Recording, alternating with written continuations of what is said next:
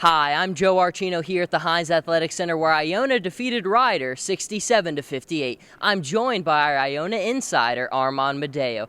Armand, Iona just won their 25th straight game at home. Tell me, why is it so difficult to beat this team here at the Hynes Athletic Center? I think it's just a credit to the environment itself. I mean, ever since Tim Clues came here, Iona's been back on the top of the MAAC. I mean, every year this team has been, they've been rising to the occasion. This year, you got Monmouth on the top. So Iona's going to have a challenge down the road. But listen, the crowd loves it. The coaching staff loves it. The players are, feeding off the coaches', tenacity. And, it's just a great organization.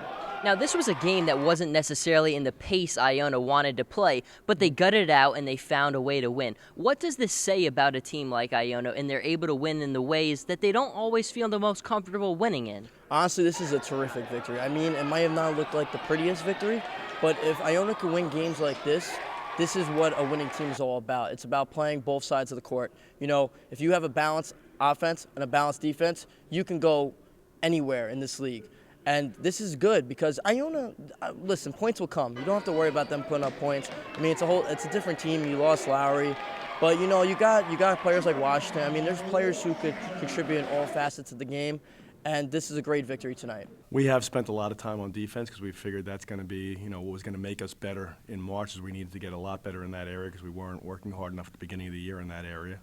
So that's what we're concentrating on. Sometimes you got to look at your personnel and figure out what it's going to take to win, and our guys are making adjustments and still kind of just getting their legs back. AJ still, even though he scored 20-something points, he's still not flowing and not 100% healthy, and we're going to get better. Well, obviously, one of the biggest contributors offensively is always AJ English. He's been hurt. Now he's kind of getting back into his groove. What have you seen from him since he's returned? I mean, AJ is the catalyst for this offense. I mean, he's the best player on the team. This is his third game back. His first game back, he hurt his back. So, he's going through a couple nagging injuries, but this is basketball. It's a rugged sport. It's a very physical sport. You're going to hope that he's at his best every night. And, I mean, he put up 24, and I think he had 6 assists. So, he had a great overall, team effort tonight by him. So, great game.